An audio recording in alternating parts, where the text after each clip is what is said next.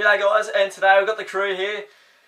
First time, we've got Langers and Shorty in the studio. Great to have you on, boys. The three amigos, yes. Three Stooges. Thanks. Oh, alright. Can be whatever we want to be. Whatever. Yep, perfect. Cats went down by 46 points, a big loss to Sydney at home. Been there 3 times in a row in exactly the same way, still on the margin, so yep, don't want to delve too much into that. But from start to finish though, with the better side, really came with a great aggressive nature as they often do, and we were just left wanting in those big moments. And we'll delve into a few thoughts from you guys. Where was the game won and lost? If you want to, who wants to start off? Oh, take the new ball, Langers. Yeah, Lanes can start I'll us take off. the first Go clearance. for it, mate. I just thought the Swans did a really good job of keeping it locked into their forward line, especially in the first quarter. Yeah, they just kept it locked in there, and we seemed to just keep bombing it out, and then it kept coming back in. The only way it would come back out was with a goal, and then re-centre, and then same thing. So they did employ their game plan quite well, I felt. Just from watching, you didn't feel like the Cats had control, you know, at any stage of the game, really. They had a couple consecutive goals here and there, but it was all Swans, really. Yeah, no, I agree. I mean, Dominated. that first quarter, guys, I mean, again, it's a common theme, and that's my main question out of the game is, how do you have a first quarter like that? I mean, Sydney were extremely good, but you've got to find a way to stem the bleeding at some point. Yeah. I mean, we all know that it's very tough to work your way back from that margin. Sometimes you do, as we saw last week at times, but generally speaking, it's very tough. We worked our way back into it. I mean, the second and third quarters we won but I was just super frustrated with that third term we spoke about at the game, Tiz, not taking the moment. And that's probably my main thing, is that sometimes the system was working, Sydney was still looking pretty good, but there were times where we just had to, when you're always on the brink of defeat, you've got to find a way to just kick that goal that always has to be kicked, and it's so important just to stay in touch. And there was Stewart, Hawkins didn't go back, Menegola was the biggest culprit. I was fuming at that. And there was one other that Stewart, was it? Yeah, it was Stewart. And, had that one where he could have just run straight into the goal and kicked it up in the air. Scott Sowell was the other, And I know that they're just, they're set shot kicks, but you've got to nail one of them. Someone's got to step up to the plate and say, I'm going to grab this game by the balls and I'm going to kick this goal because my team needs it. And it just happened too often. Yeah, Sydney missed a couple as well, but that was my main disappointment. I felt we got the game back on our terms. Yeah, we did, yeah. And then even at three-quarter time, I felt we could have been a little bit closer. Just didn't capitalise on all the good work we did. Especially that third quarter should have been at least 3 goals we should have got from Hawkins and Menegola and Selwood, as we said. Yeah, so it was super disappointing, and obviously that first minute of the last was chaos, and once those couple of goals went through, then it was game over, wasn't it? So final margin is what it is, but very disappointing, just with a couple of key moments, and we didn't stand up or be disciplined enough like Sydney did. But Tiz, what do you think, mate? Give us your thoughts. What happened? Yeah, look, lost in the first quarter, mate. Yeah, we kicked the first and we were off to a reasonable start. First 5 or 6 minutes, we were looking pretty good. And after that, Sydney kicked a couple. A few plucky goals from good work and good forward pressure. I think they had 4 goals, nearly 4 goals from 5 inside 50. So look, incredibly efficient, but that also means that our defence isn't doing its job right as well, or the pressure from the midfield isn't quite up to scratch there. Or just great system. That would certainly help as well. Looking at the stats though, we've won most of the stats, but it just goes to show it's not all about the stats. And a lot of it would obviously be effectiveness. Sydney just, they really made us pay. Every time they went inside 50, it felt like they were getting a goal or just locking it in, like I said, until they did get a goal. So they always looked damaging and made every post a winner. Just their small forward line. Once the ball hit the deck in our forward 50 and their forward 50, Sydney first to it. Just another little kink in the arm at the moment with just not having many small forwards available. You can't rely on Hawkins and Buzzer. And these big guys, Taylor, Parsons, Parfitt, they don't seem to get enough of the ground ball, and that's a hallmark of a good side. You've got to apply that forward pressure. No coincidence, Richmond are doing pretty well this year with their mosquito fleet, as it's been pretty well renowned. So look, there's many things to work on.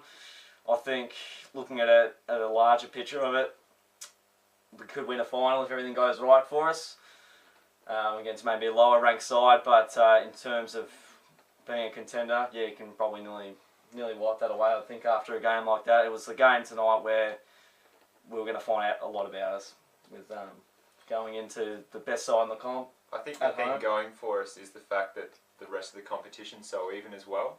So we still might fall into the top 4, but I still feel like, you know, what can Adelaide do? Are they going to, you know, be down by 50 points against where they're playing this week and just sort of keep chugging along? So I think everyone's sort of at an even spot except for Sydney, who seem to be the form team in the comp, but everyone else is sort of just about par at the moment, and that's probably working in our favour. Like I said to you in the cards is, I mean, you just never know. We may have lost to the Premiers tonight. You don't know, sort of saying what you are talking about there. But you're right. I think certainly it's no coincidence that we've been a very good home and away team over the past few years, but haven't stepped up in finals. Some of that system and contested ball troubles of the past, but for sure. a lot of it is not having guys that relish that moment. And I think September's about guys who step up when the pressure's on. You play your best footy, and you don't read on the stat sheet, but there's a few guys that just maybe don't measure up quite as well. They were just missing that hunger that they showed when we played the Bulldogs. When we got those 3 losses in a row and they just looked hungry, they broke the tackle record and they were kicking goals, dangerous kicking goals from the pocket. A big one. Yeah, they just need that hunger back. Yes, I think a lot of it, it really is a matter of those guys stepping up in those key moments, and we just failed to execute the fundamentals. You look at Sydney, their field kicking and slicing through our zone was really obvious, and when they moved the ball forward, spread it wide, we were found wanting, and they found free targets, uncontested marks, and just allowed them to be quite damaging up forward. So look, lots to work on. Hopefully we can get a bit happening in the coming weeks. Some big games coming up, and not a certainty to be top 6. So the good thing is that we sort of know what's wrong as well. Which is something that they can strive to get better at, but it's not the easiest thing to just say go out and have 100 and whatever tackles, but it's something that they know they need to work on, that we know they need to work on, and they should just try better, I guess. Yeah, absolutely.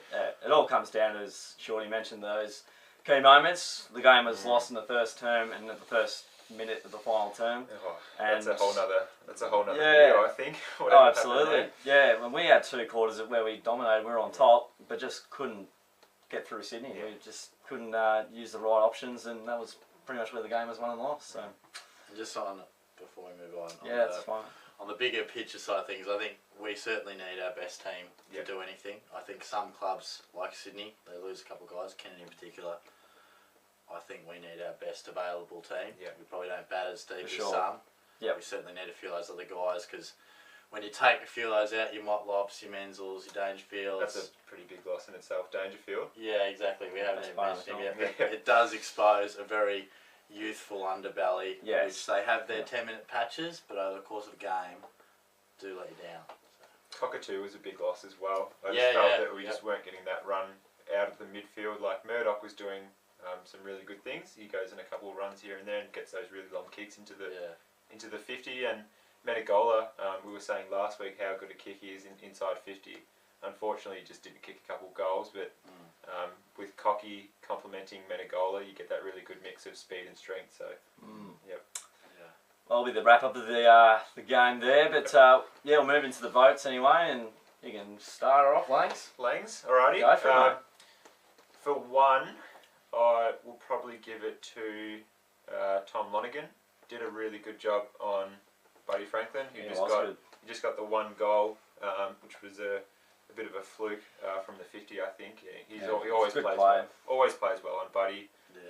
Nearly lost his other kidney last week and comes back up and towels up Buddy. So 2, even though he was a bit inaccurate, I'd probably say Menegola. He had 7 tackles, I think 4 clearances, 25, 2 goals, 3. So just needs to clean up that kicking a little bit. And he's probably, our 3rd or 4th best mid, and I thought he filled Dangerfield's hole, I guess, best he could, with Dangerfield missing. 3, I'll give to Mitch Duncan, was just very classy and clean all throughout the night. Did have a bit of a brain fade with that Papley incident, but for the rest of the game he was quite good, and has had a very good year as well. Been sensational most of the year. Yep. Go for it, mate. Yeah, well, look, I'll give the 1 vote to Duncan for similar reasons Lang said. I I was umming and ahhing about Zach Smith. I thought he was really good at was stages, good, but Yeah, then early was really good. yeah, then late he just tried to do a bit too much, and maybe he felt he had to. And 2 votes, Tommy Lonergan, certainly a great job. Franklin, which he has had a good record on him, as you said, even as a Hawk. So over the course. I felt Scott Selwood, I gave the 3 votes to. I really enjoyed his ball winning ability in the middle, and we needed it. And you know, Joel complimented him reasonably well, and then injury set in a bit, but I thought Scott just cracked in so well. I think he ended up with 26 and 13 tackles. That's been such a good thing to have in the midfield since he's been in. He's been averaging like 11 or 12 tackles a game. Yeah, so you can bank on him to do that. So I really like that. But what about yourself, mate? Very nice, mate. I've gone the 1 vote for Murdoch. Probably more so a vote over the course of a few weeks. Body of work. It was good tonight. Got the 18 touches, and mainly for that courageous mark he took. And he's you really did love that mark, didn't you? Oh, yeah, it was really good. It was Jonathan Brown, like, he just went back with the fly. He was like, one of these ones. No, look, it was pretty good, and he's finally got confidence to, you know, dash through the lines and, you know, get that long penetrating kick happening. So, look, yeah, he deserves one. He's been pretty good lately. I'll give the 2 votes to Menegola. Obviously not our best player and failed to deliver in key moments, but to put himself in that position in the first place, got to give credit there. 2 goals, 3. Would have got mid-20s, as Lang said. And presented pretty well. Some kicks inside for Divo really good as well. Laced up Hawkins, which is nice. So, yeah, he's contributed pretty well, but hopefully he can straighten up those boots, mate. Yes. That would be very good. Kicking practice. Yeah. Yes, and I'll give the 3 votes to Scott Selwood as well. I thought from start to finish he led by example. Got the 26 touches, as the guys mentioned, 13 tackles, which he really negated a lot of Sydney's press and attack from the midfield. So look, it was really good and used the ball reasonably well most of the night. A couple of little moments where he'd like to have again, but I felt throughout the whole night he was really good. So I got no choice but to give him 3 votes. I agree. Player review time, chopping block. This is Shorty's favourite Get section. excited with Slangs. Watch out. Don't get too excited, mate. There could be some changes, and there could be some guys facing a little bit of time on the sidelines with injury and suspension again. Yeah, we're a bit concerned with Joel Selwood just before half time. Of course, limped his way off, which is always concerning. Did come back and play a bit, and then Lang has informed me that a bit of a knee twist in that tackle with Franklin. Yeah, he did get rolled over by Franklin. I did see on Twitter something about a PCL. I'm not sure if that's true or not, but it didn't look good. That leg got twisted and jarred under Big Buddy, so you don't know what's happening there. He didn't look good on the bench. So. Yeah, so we'll certainly await to see what comes of that, but we can ill afford to lose him for an extended period of time. That's an absolute no-brainer. And other than that, I think it would probably, Duncan, bit of a hit. Duncan and Hawkins, I think. Yeah, Hawkins, good point. I nearly forgot about him. I think he was certainly more likely to go with what looked like another jumper punch that by Hawkins that raised towards the chin, which nothing new for Tommy. He obviously learnt from last time. It's very frustrating, but come on, Tom. Anyway. And Mitch Duncan, bit of a hit on Papley, I think it was, but it didn't seem like a great deal in it. Definitely put some mayo on it. Well, we never quite know with old mate MRP, do we? So, we won't start that. Like you said, that's another video. So. Yes, definitely. But look, I think player review style, we just had a lot of youth through the team. And 10 of 22 under 50 games. Yeah. And that showed at times. I mean, they can bring excitement and energy, but they do bring inconsistency. And we saw really good periods from Simpson. I was really pleased with him. And he was poised, as well. I liked him. And even Zach Guthrie at certain stages did some nice things, which you're looking for. Buzzer did some nice things, but over the course of a match, you're sort of picking out those nice bits and pieces. It's not really a full game, and that's going to happen. And to be a finals contender, you can't really have too many of those guys. Yes. But then on the contrary, you have Will Hayward for Sydney. He would have only played 9-10 games, and he's kicking 3 goals, looking very composed, and it's frustrating. That's right, for sure. And I think you can have those 1 or 2 or 3. Yeah. But when you have 5, 6, 7, 10, as Ty said, the odds sort of increase as to how many have that fluctuation in form. And then the flow-on effect is it fluctuates more through your team because there's more in each line rather than just 1, 2 or 3. So where's Motlop at? Where's Menzel at? You know, we haven't really been given great detail as to. No. Does anyone know what's wrong with Motlop? All I've heard is that he's just struggling with a little bit. He had a groin injury last I heard, and he was managed. That's why he was managed last week, and he should be back this week or next week. I was thinking off-field things or things going on in the personal life. Is maybe the whispers I've been hearing, but not haven't heard much info.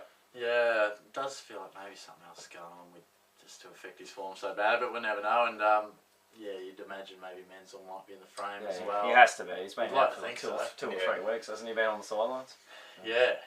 So I think last week in the VFL against the Blues, the only guys with AFL experience next to the names, I think, were Reece Stanley and Aaron Black. So it sort of highlights the real lack of players that are either playing or, you know, a few guys were rested, of course. Yeah. Wouldn't want to be those two guys. Yeah, you know, Paul Smith and then Kuniko came back and he'll play over the weekend. So it's a tough call, especially with that other tall in the forward line. Like Buzzer like has a crack, as we said. Yeah. And he presents, but he's just a bit, as the young ones are, a bit all over the place. But then he's almost got a license to compared to what Stanley was dishing up against. Who did we play last week? Or the last game that Stanley played. Yeah. He's just fumbling all over the place, and you don't expect that from Stanley. Whereas Buzzer, as I said, has a license to, I guess, but. You just want that other tall, and I guess maybe that's where Aaron Black hopefully gets another crack because he's played at senior level like Stanley, but hopefully he has that last chance to prove himself. So that's a good point, and I do think I'm probably more comfortable with giving a bloke like Buzzer a real opportunity who has that X factor, and maybe a chance to give him some continuity in his game. Where I feel like we could play Reece Stanley and. We understand what we're probably going to get. Sometimes it's going to be, exactly. You know, where Buzzer might give you a 4 out of 10 for a quarter of his cable of an 8. Absolutely. We kicked that 70-metre goal, which was a pain in the end. Pushing the back with Guthrie, but that's what he's got. It's a genuine weapon. And that tackle in the first quarter as well, where he got bumped and then used the bump to tackle the Sydney player and just holding the ball, wrapped him up. I thought, gee, he's looking good, but then fumbled like 2 minutes later. So he's got real presence and aggression and a real desire for the game. So that's a promising thing. Yeah, absolutely, mate. So probably not too many changes, but certainly some will be dependent on injury and potential suspension. So well, hopefully we don't have the Selwood Hawkins Duncan trifecta. That would be a real killer. I think we'll win. No. I'll be putting on a boots, mate. You might get a gig. In the forward pocket, mate. The mosquito fleet forward line. That's right, mate. But talk about the Tigs a little bit. Obviously, they're going to be a tough opponent, aren't they? Yeah, depending on how they go this week against the Hawks. But look, throughout the season, they've shown through a body of work that they're a pretty good side, has to be said. I don't think they've taken too many massive scalps, but with the way they've played, I think they've had a couple of off games this year. But other than that, look, they've just played good footy all year. It was a really good system, great pressure up forward, which really sets them up and keeps the ball inside 50, which is a hallmark to getting a good score on the board. They haven't got any weak links that I've seen. Not at the moment, no. Their defence is one of the best. They've had a couple of blowouts, but like Asprey's he's had a great year, and Rancy boy. Grimes, he's had a great year, and then like you said, the Mosquito fleet. Yes. Stengel, Bolton, all these random, just like young kids that are new guys on the block. Castagna, Georgie, he's kicking 2 or 3 goals a game. So there's just all these young kids that, like I said, there's no weak spot. Absolutely, like I think they're one of the best defences in the comp. Probably they're the first or between first and third in the comp for defence. So we'll have their work out there. I think we've lost to them in 2006 was the last time at Simonds Stadium. Funnily enough, there you go.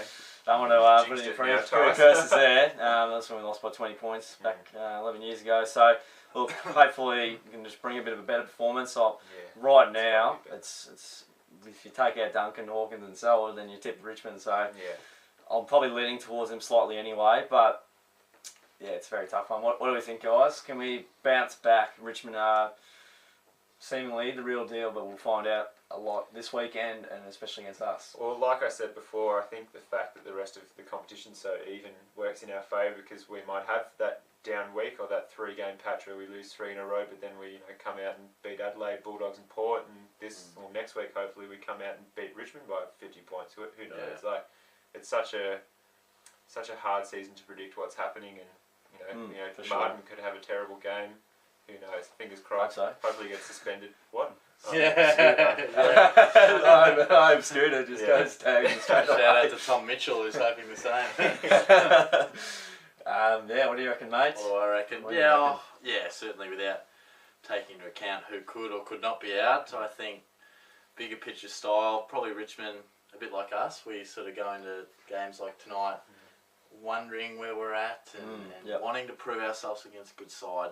Richmond will be similar. They come down to a place where they've had minimal success over the last decade. They'll want to prove to themselves that the real deal. Supporters will be wondering, can we beat Geelong at Geelong? Break that real hoodoo, which is often a little checkpoint on the way to success, which is something that they'll be looking to do. So, that'll be a challenge. And like you said, people almost keep wanting to doubt Richmond because of what they've done historically. It's hard to believe that they're just outside the top 4. So. But I think the fact is that they're a solid, quality team that executes more often than not. So we'll need to be obviously on our game as you do every week in this competition. But Alright, so give me I'll be interested to listen to Chris Scott's presser and just see what he has to say. But being a tips is pretty difficult. I don't know. I mean, I'd like to think that we would be able to take down the Tigers, especially at home. Yeah, we shouldn't be losing too many at home because Sydney do have a reasonable record against us. Being the one team that seems to be at home, take their game wherever they like. Where Richmond, it's not a happy hunting ground, but good crowd. As Lang said, Caro. Caro. I tell you what, it's going to be a great crowd at Simonds. Get down. It's funny when the opposition team sometimes gets a home game at their home ground and where the G is. Might just move that NCG game to, I don't know, Hunt Road or something. What do you reckon, Caro? Tags Caro in the Twitter. I think I might go to 26, 27. Look, a game that stuck out to me a few weeks ago, just before we wrap it up, Richmond against the Giants, they just got across the line. They did everything they had to do. They played with real spirit, heart in the wet conditions. When the Giants were up, everything was going their way. They turned the game around, and it was a game of real character to get the win. So, what you get from the Tigers, you know what you're going to get. From us, sometimes you don't know what you're going to get. So, be telling that for sure. And it's an 8-point game, and they all are from here on in. Yeah, definitely. And we lost one tonight. Yep. We did. Yep. But we've delivered at least. Solid wrap up, boys. Absolutely. The first trio video was 10 goal win, I think, for us. Yeah, absolutely. Off the top shelf. 3 votes, Langers. No, in the back stands. Yeah, he's done well. Just in his second game, he's really come on. Yeah, just glad the boys got a win. So. All about the team, very good. He's running for Brownlow. So that's the review from us, guys. Had Langs and Shorty on the show, which has been really good to have them on board. Really solid review, guys. So thanks for hanging around, guys. Really appreciate it. Give the video a bit of a like, share around, and subscribe. That'll be amazing. And hope to have you guys back soon. It's really nice having a chat tonight about the game. And hopefully for a win next time. Yes, hopefully for a win. You've been in both losses, yep, so I hope you're going to win soon. Might stop coming now. You'll be back for a win soon, mate. Definitely. We'll get you on board. Lovely. Thanks for hanging around, guys. We'll see you next time.